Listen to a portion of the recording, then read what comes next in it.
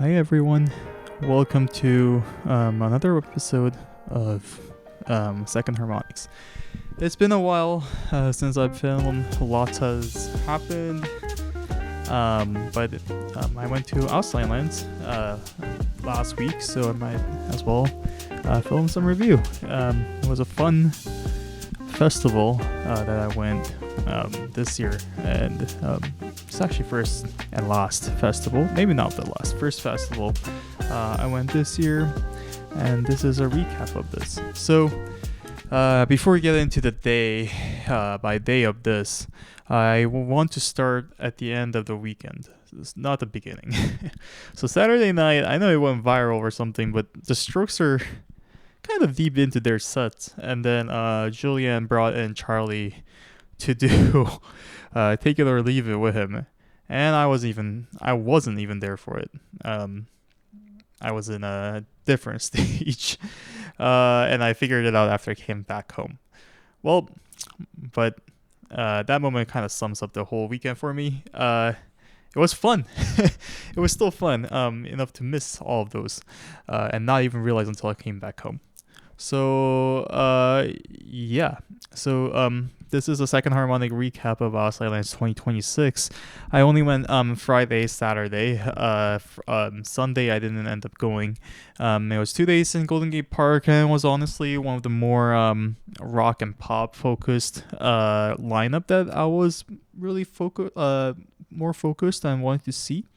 So that's what I ended up seeing, and a lot of artists that I wanted to see. Some of the bucket list artists were also there.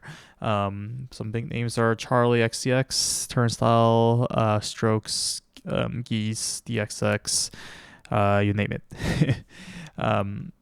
It's so quick disclaimer again. This is not a ranked list in terms of how it's ordered. It's just in a chronological order of who I saw, and I don't know. I think it just makes sense to go in that way.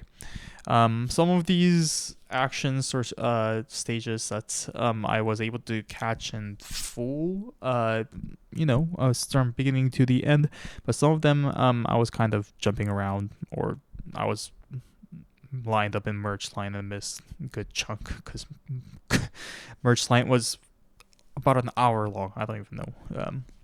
And that's the merch I got. The poster, way too expensive, but it was pretty, so maybe it was worth it. But yeah, it's a nice deco in addition to all of my that, which I'm pretty proud of collecting it. So it's one good memory to display on my one side of music or sports team wall. So that was fun. Okay. So there's a lot coming up. If you've listened before, I've got this, pull towards a little bit of rock pop. Not really too bright music, but a little bit of unsettled music. But it's not sad music. There's some taste to it. Minor keys, blues focused kind of thing, or blues rooted more like. Not limited to, but some of these. I am wearing Oasis jersey today, from last year's tour. I also wear this for day one, and Turnstile and Geese Mosh Pit was good outfit choice. And then I don't know. I thought Oasis is kind of this daddy to all this modern day pop rock type of things, especially in terms of how a lot of chord progressions goes. I mean, they're based off of Beatles, so I guess it makes sense. So yeah, Beatles DNA runs through the whole thing. Anyways, into the actual meat of this thing. So why did I decide to go to Auslan this year? Lineup was really good. I mean, Charlie XCX has been my bucket list artist. I wanted to see her live. I feel like a lot of people know her because of Brad's album. I am not the exception. I know she has been making music, and doing her own thing, and then somehow her music type of things just kind of lined up with current trend, and then it looks like she got that boom, which is good for her. But she absolutely kills it during the live stage. So I wanted to see her turnstile for the second time. I really enjoyed their stage in Aftershock last year, so I wanted to check them out again.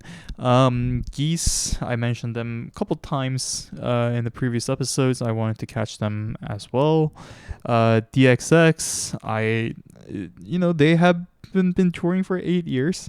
I don't think I'm in that millennial generations when they were too big, but I don't know. Somehow I have been listening to them and then being influenced by them a lot.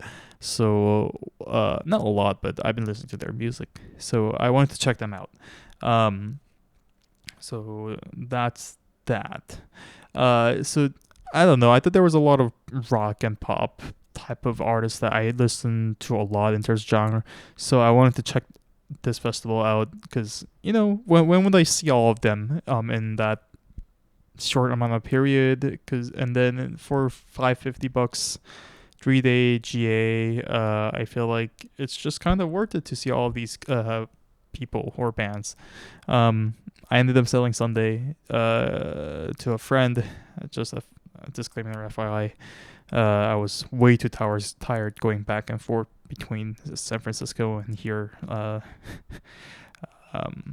It's about a 50-60 miles drive, so I kind of ended up giving up Sunday. Anyways, also, Outside Land is a summer festival, but if you're not from NorCal, Golden Gate Park or San Francisco in general is chilly during August, especially at night.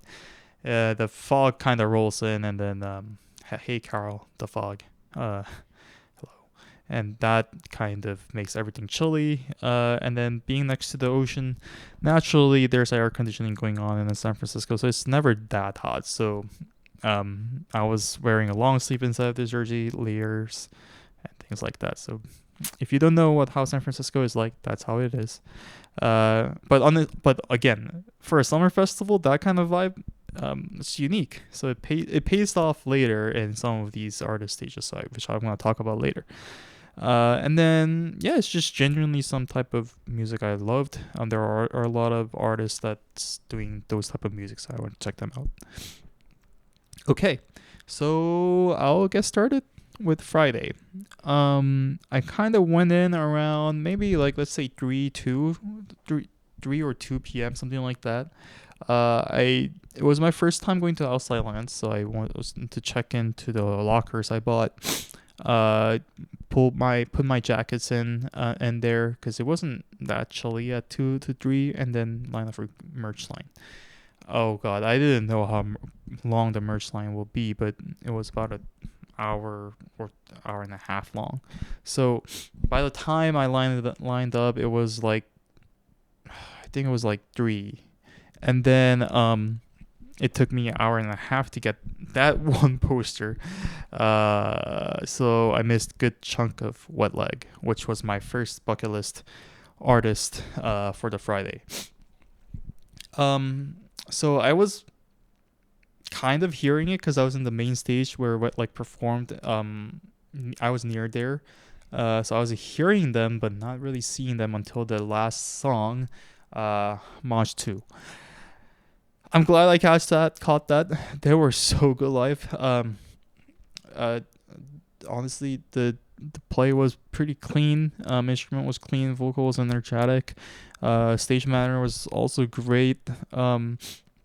It was. They were really main stage deserving.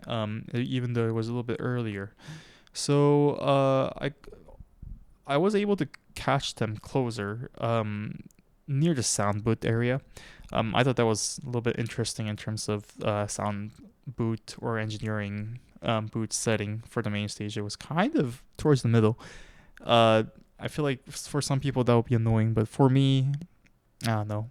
Because I used to do that in a band in college, I thought that was still pretty interesting.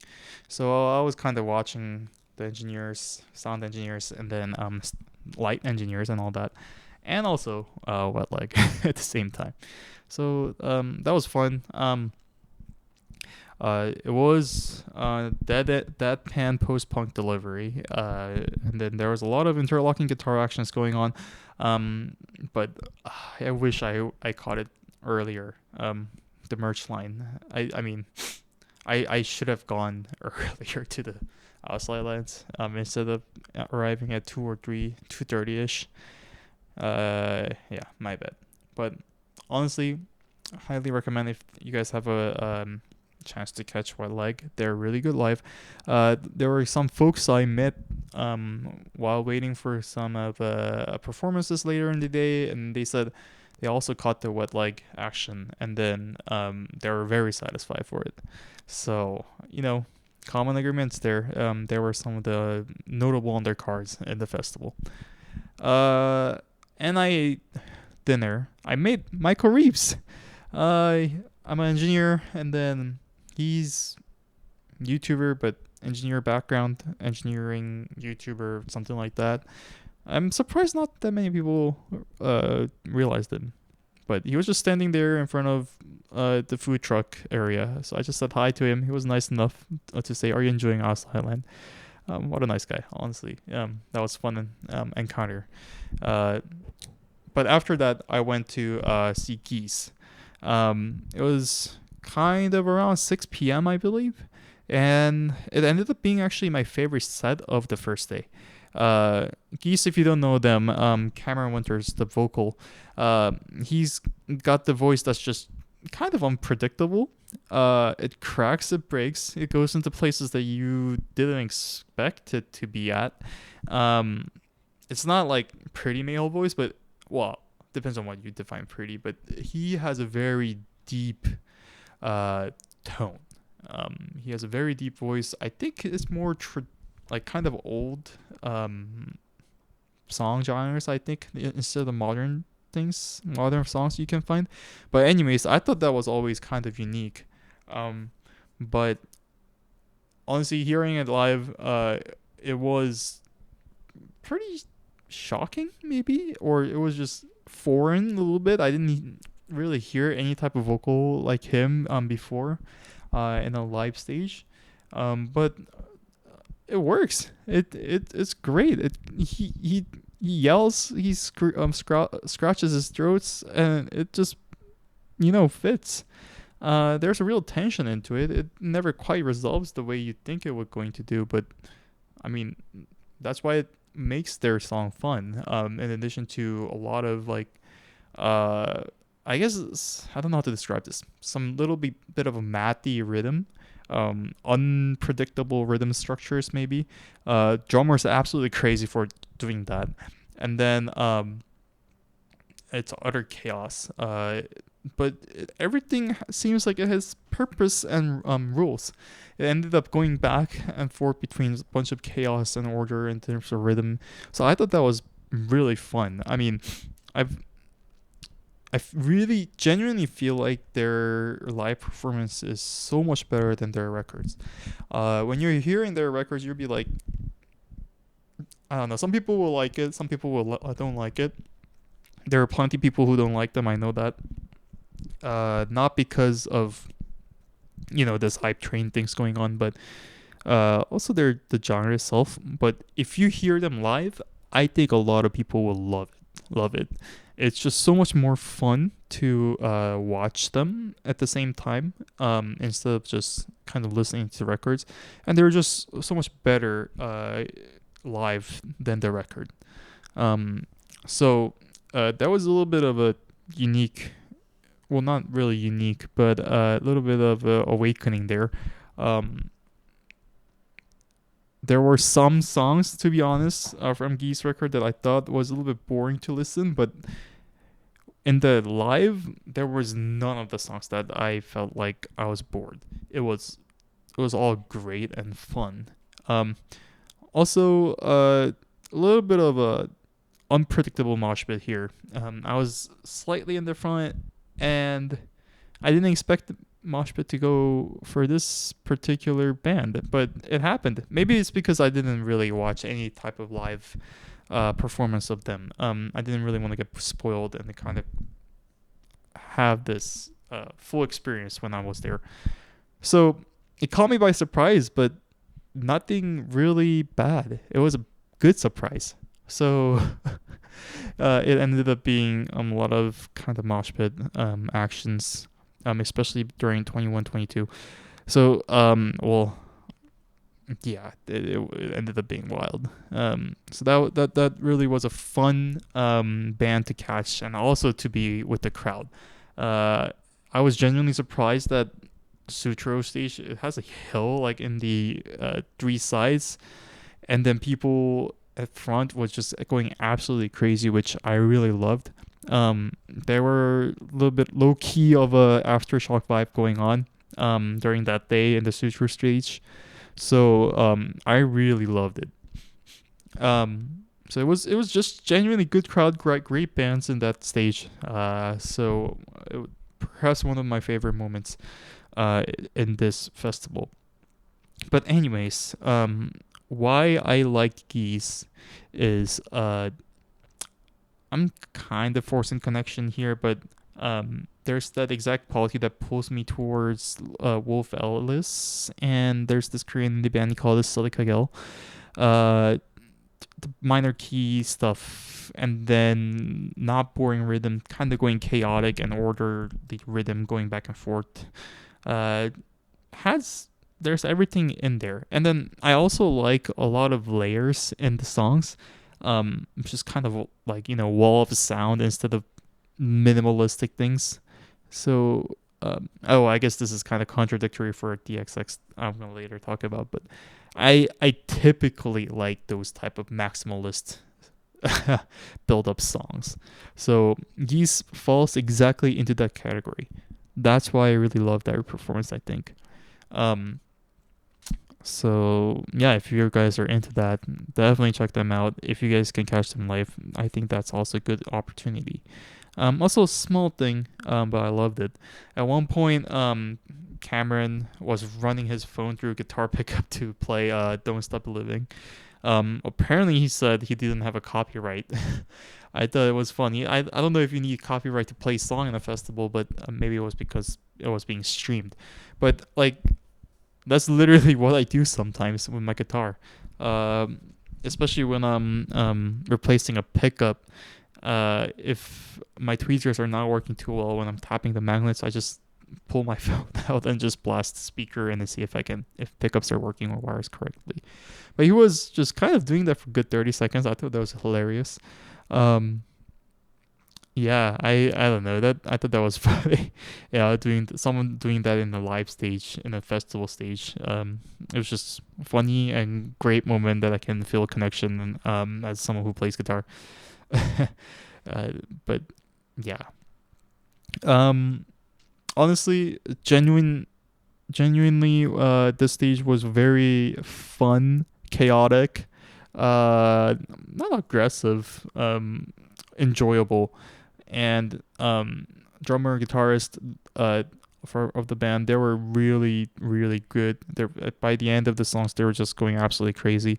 I really do have a respect for the drummers who can kind of do this like non unorthodox rhythm like during the live stage that good. It was absolutely insane. So yeah, it was my favorite performance of the day. Next up, in the same damn stage, Sutro, was Turnstile. It was 30 minutes after Geese, so I was already like, maybe not an hour, but close to like 30-40 minutes into Mosh Pit, and I was just kind of waiting there for Turnstile for 30 minutes, just kind of chilling. A lot of great people around there. They're very, very high for Turnstile. It was my second time catching them, so my idea of going into Turnstile was, all right, like I've heard them good enough in Aftershock. I'm just going absolutely crazy in this mosh pit, which ended up happening. It was I maybe it's just my algorithm. But after I came back home, people were also praising the crowd about enjoying the bunch of circle pits there. Of course, Turnstile they encourage crowd to do that and go crazy. But yeah, Outside Land answered.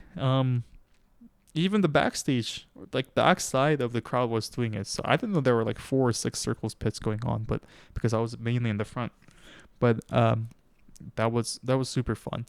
But compared to the Aftershock last year, they shuffled the set list a bit, and they added a couple more new songs. Well, they kind of swapped in songs. So I know they have been on the road touring for, I don't know, over a year now, and they have part 2 of Never Enough tour planned. And there's like Never Enough Virgins album that's kind of dropping pretty soon. Maybe it's tomorrow. I'm very hyped. Elton John, like that's a surprise, and Haley. I know Haley's a big fan of Turnstile, and she performed like kind of in the mid stage with them. But honestly, I am very excited for that. But back to the Outside Land experience. Uh, I don't know how Brandon does it. He's been on the road, going all over the places all around the globe. He was in like Chile, Japan, South Korea, and then he came back to Chicago and now in San Francisco. And his voice was still great. Like, and the energy of the band was still great. These guys are just built different. I don't know how they do it. But wow. I thought they would be a little bit tired and the Aftershock will be better, but no, they were equally good or even better this in Outside Lands. So yeah, he made the band made the Circle Pit experience absolutely enjoyable. Never Enough never disappoints. But okay, so a little bit into technical beats. Enough of how much fun I had in there. Spacious rhythm, not really like wall to walls, like sound of wall kind of thing that I mentioned from Geese, and then Silica Wolf Alice kind of thing. But structurally, it does sound a bit like sparse, and sparse and dense. So maybe it can sound similar a little bit, I guess. It's just there's a lot of chorus into it. Not really maximum layers into it. So it's like it's not, instead of walls hitting you, there's a lot of like spacious rhythm sections, but there's a lot of like production wise dense chorus elements. So yeah, it's a little bit different, but still they just kind of applied the hardcore, I guess, element, which is their roots, instead of a lot of like indie rock or shoegazing elements. I know Turnstile is type of a band that kind of wants to bridge the hardcore to more of a public crowd and bring that to the mainstream. I think they're doing a great job of that. A lot of people are sometimes like Turnstile's not really a hardcore, but their roots are hardcore, and then I think what they're trying to convey is they're trying to make this genre a little bit accessible to people who's kind of stepping in or foreign to hardcore. Even during their stage or performances, they continuously convey the message saying like there are so many nice people in this hardcore scene, so just welcome to join in and then enjoy the music. And their lyrics are very encouraging too if you actually listen to or just kind of read through their lyrics. Instead of, I think that's a little bit different what puts Turnstile apart from the rest of hardcore. They make this genre a little bit accessible, and if you really like Turnstile, it makes the beginners a little bit beginners. Whoever wants to kind of listen to hardcore a little bit more, too easy for them to put their foot in the door. So they're a good bridge. I think they're doing a good job, given that how many people were enjoying the performances and their music. So honestly, I had so much fun. I had a couple of folks there were having a lot of fun. A lot of crowds. So I can't believe how big they become for last year or two. Uh, but it was such a great performance. My favorite was still Geese. It maybe because I was just going way too crazy in Turnstile stage, pit, and then already saw them once. That's why. But um, yeah. But again, they never disappoints. Never enough. Never disappoints. Uh, uh, okay. So next action I caught is Charlie. Again, this is my bucket list artist. Uh, the new album she dropped. I thought she was gonna take some long break after that Brat album, but apparently not. She just, I don't know, I think she's absolutely workaholic. But very, you know, respectable way. Uh, she is not afraid to do a little bit of experiment with her musics. Like especially something like rock music. Um, I didn't know she will be entering this band music kind of thing, but she actually brought um the band, a small band with her to play this SS26 album that she dropped recently, which was fun. I think it was something new she was trying instead of a little bit of a party electronic pop thing that she's been traditionally doing. I really like it when can you say Charlie? I guess Charlie is a lot of she is mainstream. But when someone like that, and Charlie has been doing that, tries such like a lot of experimental thing that a lot of uh crowd or public doesn't expect them to do. I think that's just good for them. I really appreciate them doing it because, you know, who knows? Those type of new things might fit them well. But some people say, "Oh, she can't sing without autotune," but I personally had so much fun listening to it. Um, I just genuinely like the band sound, and then you know, there's not that many female vocals out there for this genre. So although she autotuned a lot of it, and then my some of my friends were disappointed that she didn't turn it off. I thought it was fun. And I think she did a good job of it too. So the intro was something enjoyable. I appreciate that she brought out a band and then she gave that a shot, and so that was fun. And obviously in the midst performances, she brought out a lot of like Brat album track 10, her about her hits obviously. Um, a lot of people were dancing to it. It was such a nice vibe. There were so many people in that main stage in the polo fields of the Golden Gate Park. But yeah, I think she really is the headliner of the headliner this year. Uh, just I feel like a lot of people were just there for Charlie, really, for this Outside Land. So, but I can understand because after seeing her performance, not only her performance, I know she's famous for like really good actions, performance, stage designs, and things like that. But choreography and the stage effects were tightly synced with the music, and I really loved how she made the whole thing as a runway. Um, I think that's just so Charlie, and that's something only Charlie can do. Something experimental like that also.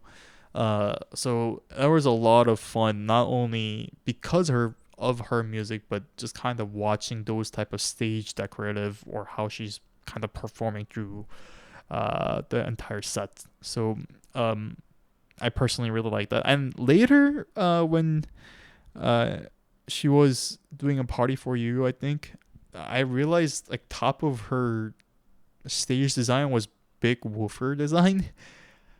So I was like, whoa, I didn't know that. But that was really cool. Also, so yeah, I mean, like everything synced up well. So see, this is why I really want to check out Coachella sometimes because the Coachella headliners drop so much money on stage designs, um, and it's kind of watching one movie or musical sometimes when I'm tuning in. But outside lands or smaller festivals like this, well, it's not small, but it's just Coachella's big, but sometimes doesn't do a great job of those type of choreography, I think. But still, I think Charlie did a great job in this outside land to introduce a little bit of those elements that Coachella does well.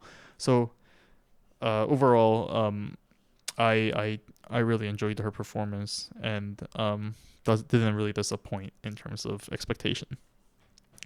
Okay, so going into the day two,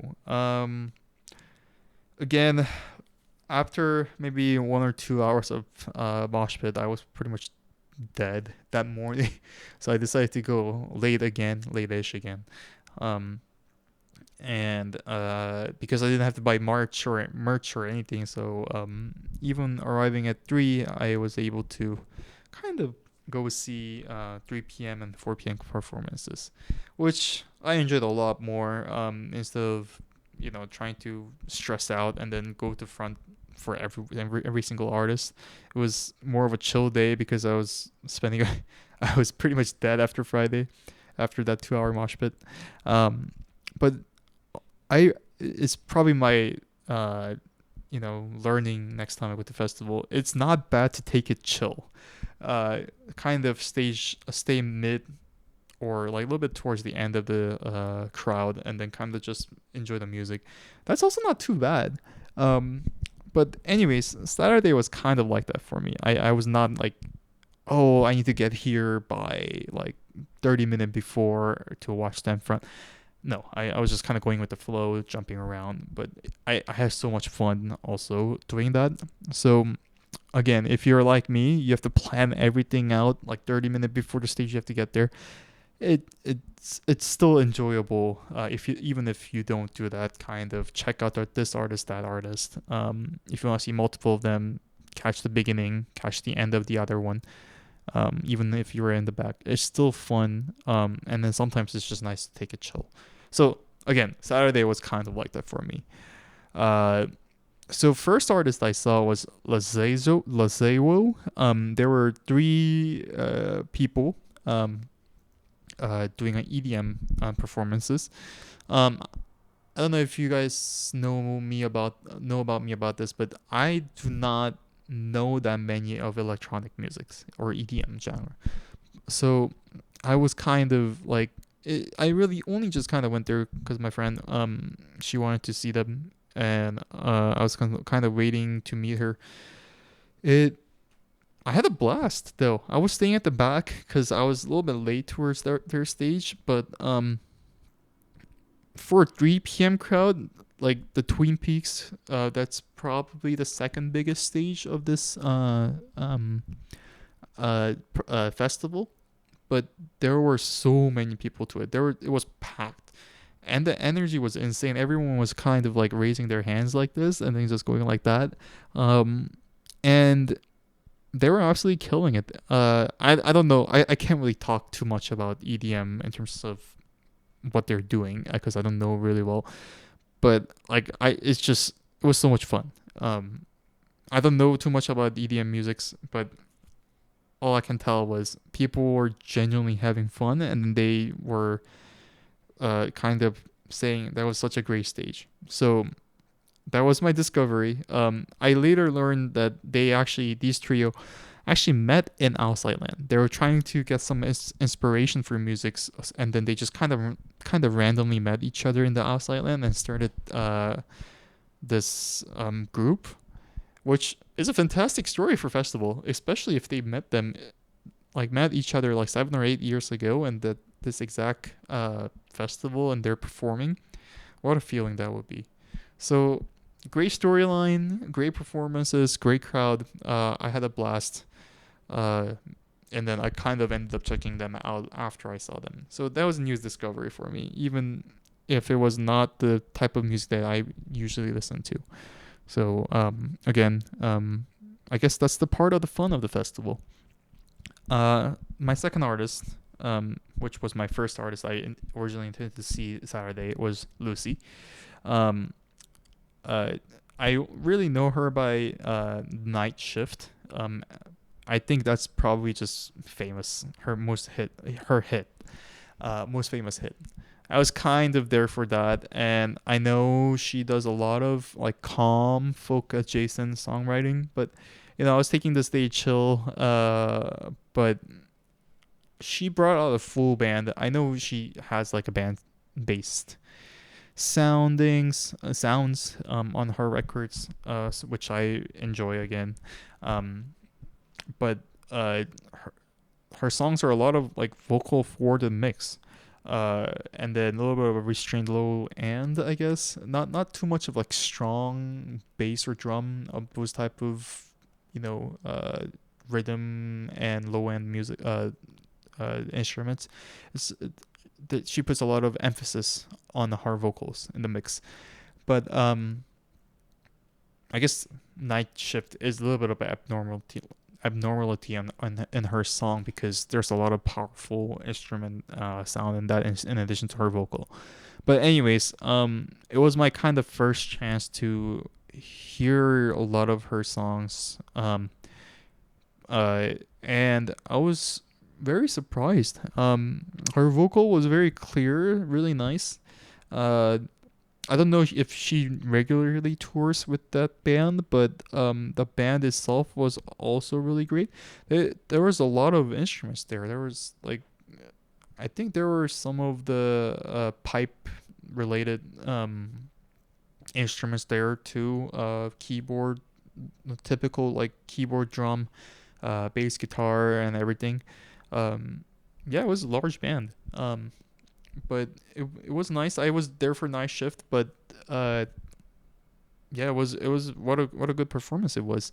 Yeah, maybe like calm musics are not really festival thing, but sometimes, especially like 4 p.m. ish, uh, with the fogs kind of starting to rolling in and a chill Golden Gate Park. I think it worked really well.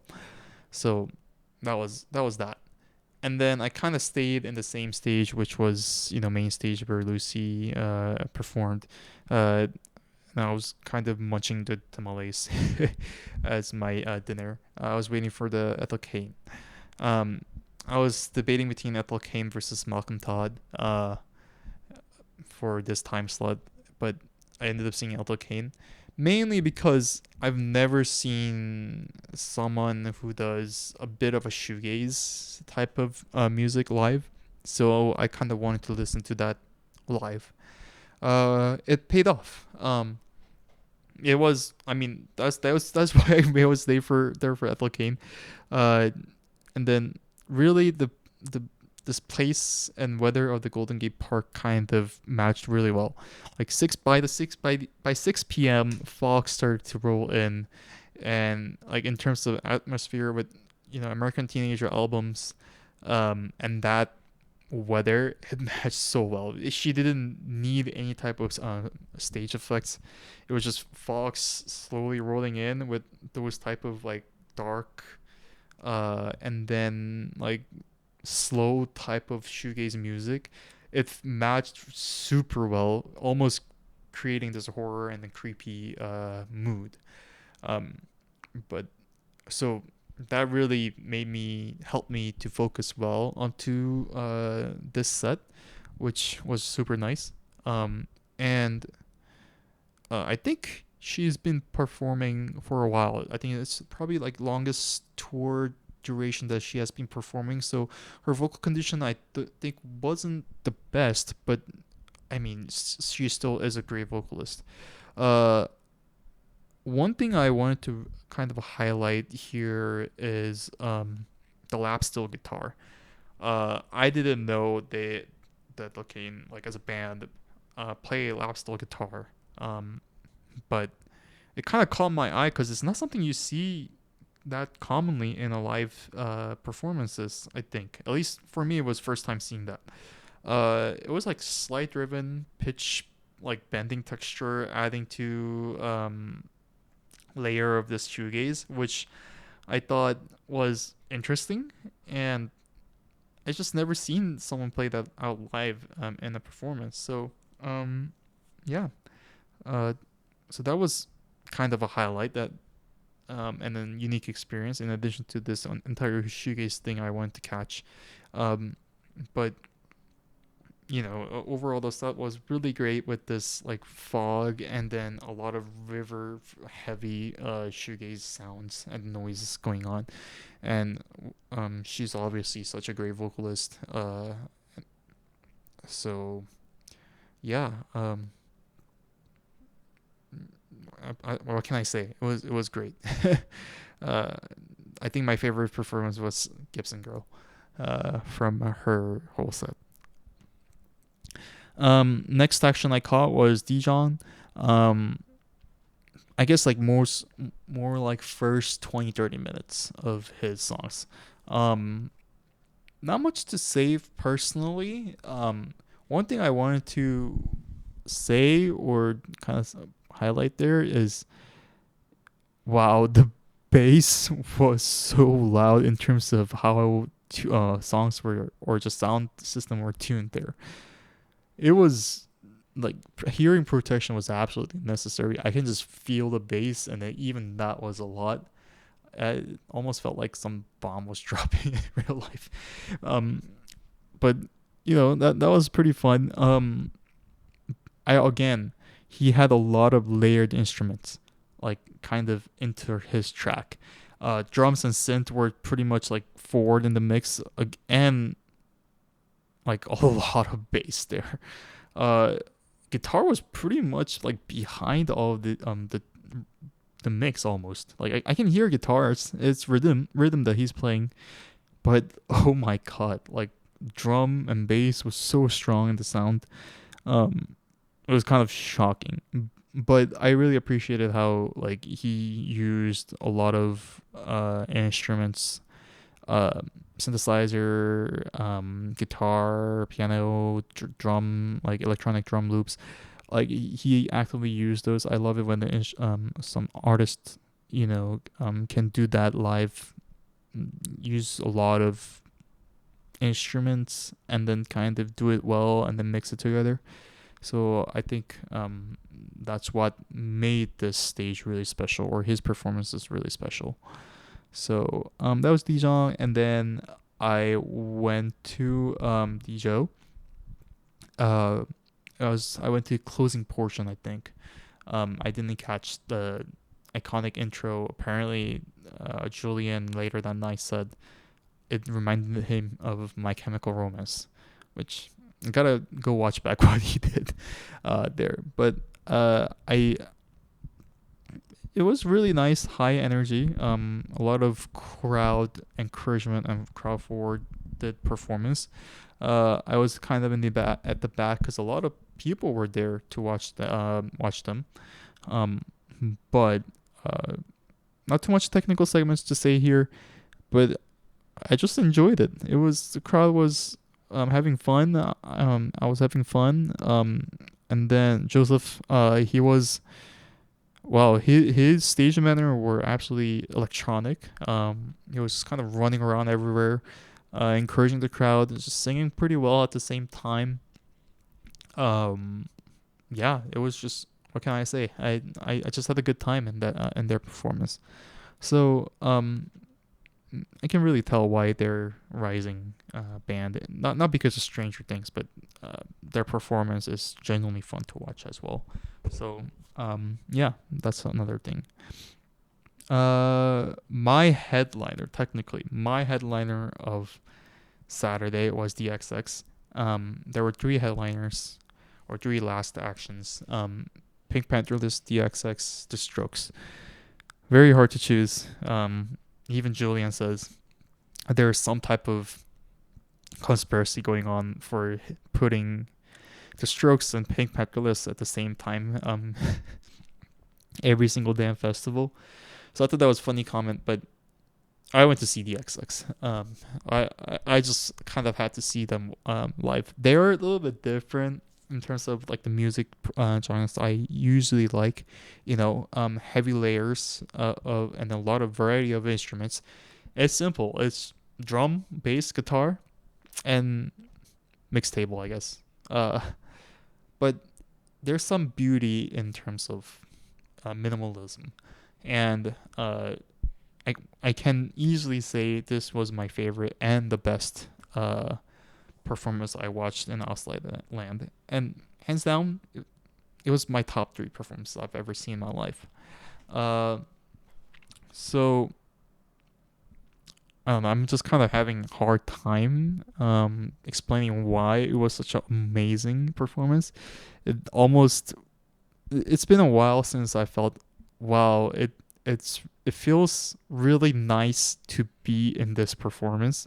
Maybe it was because it was outside, and again, a lot of DXX's songs are kind of minimalistic, and um, it's not bright, right? And then there was also fog at the background, and the lasers shooting out, and then it's just the weather and mood of the music fit us so well. Like everything was perfect and made the music so much more enjoyable. And it feels weird to say this, but I was like glad and then kind of feeling the environment stage and the music at the same time. And I'm saying I kind of felt, God, I hope this never ends. It was so like biblical experience. So yeah, so that's why it was my favorite of the outside this year's outside land, and one of easily my top 3 performances. But just kind of going into the performance itself, production, lighting, stage design, all of it. It wasn't flashy and everything. There was just giant X kind of moving sometimes. That was just good enough. Such an iconic thing. They have a large like DJ table and drum set for Jamie, and then Oliver and Rami's just kind of doing their own thing on each side. It that's minimalistic, but that's just enough. It was great. Um, it was just perfect amount of things there. Not too much, not too less. Perfect amount of restrainment. Um, yeah. So again, stage design was one part of it. Not only because of the weather, but they really designed their stage well and minimalistic. Um, Another thing that I think I think they get underrated about is they use electronic production really heavily. Jamie does tons of live processing. I really think uh, that's something cool that you can do in live performances. Maybe because I was doing something audio engineering. I have some slight experience in that.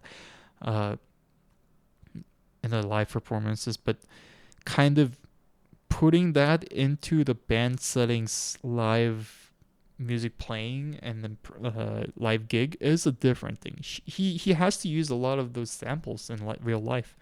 The drum machine, it's not something I guess that's easy to just kind of switch on and off and then find correct one to use every time, but it never feels awkward or like really bolted on for the specific songs. Oops, my PC just kind of went off. It's not like, oh yeah, here's another the soundtrack or anything. He's just adding a bunch of electronic elements onto it. It has like obvious purpose and structure. So yeah, it makes the entire stage and performance really enjoyable. And then he does really good job of building that tension, releasing it, but restraining it when he has to. Uh, there's only certain things that you can do. Well, even I think the reason they can stay so minimalistic is because Jamie does so much action behind the scene there. Um, So yeah, that's something that I really want to learn as in later, just kind of use the instrument. I'll play the instrument, not only to play the instrument, but also kind of be able to do this live. It's such a cool thing to do. Um, okay, so next is Oliver and Romy. Neither of them really have a high or powerful vocals, I would say. They are both very low toned or low pitched. Also, pretty kind of airy vocals instead of powerful vocals and kind of in your face type of vocals. But it's still, they do still contrast a lot in terms of being female and male vocal. So it's maybe because Oliver's vocal is a little bit dark, but Romy's kind of in the airy side, even though her tone is a little bit in a low end. But that contrast is just enough to make the entire song not boring. Uh, it's almost kind of like vocal stacking at some point because Romy sings like first verse and then second verse like Oliver goes in there and they kind of switch back and forth, build tension and later explodes. I think that just works so well. I don't can't really think of any band that does this so much better than the XX. Uh, so that was pretty unique in my opinion. The I guess DX is the only band that I've seen that does this in live. I'm sure there's a lot out there, but they just do it so well. It's almost like you're not adding in this layer, like musical layer. It's kind of like you're adding like this 3D, like another dimension to it. There's just a little bit more structure or like a little bit more to it. It's really magical how Oliver's vocal, Romy's vocal, and Jamie does all this production in the behind by adding samples and all sorts of those things. It just makes their performance so unique and something else. Um, I I think there are a lot of like restraints in their thing, but in, the chorus just blooms so well. It opens up into something so much fuller. Like even if it starts kind of empty, it's just simple, right? Guitar, vocal, that's it. But later, it just blooms and explodes. So I think that contrast is also something that works so well. If you were going just kind of full in from the beginning, it wouldn't hurt. It wouldn't hit so well. But because they're doing a lot of this electronic or like behind Jamie's doing all of these production things live, they're able to take this minimalism, mix it in with the help of some electronic music kind of thing going on, and later make it so much effective in terms of how it explodes, even with such a minimalistic setting. So, I thought that was. I was hearing all this, and then I thought that was unique and such a fun thing to listen to, and like something like Jamie does is I really something I really want to learn. So it kind of was stuck in me pretty strongly. So yeah, I was yapping too much about this performance, but it was such an impactful thing to me. So it was just wholly experience for me.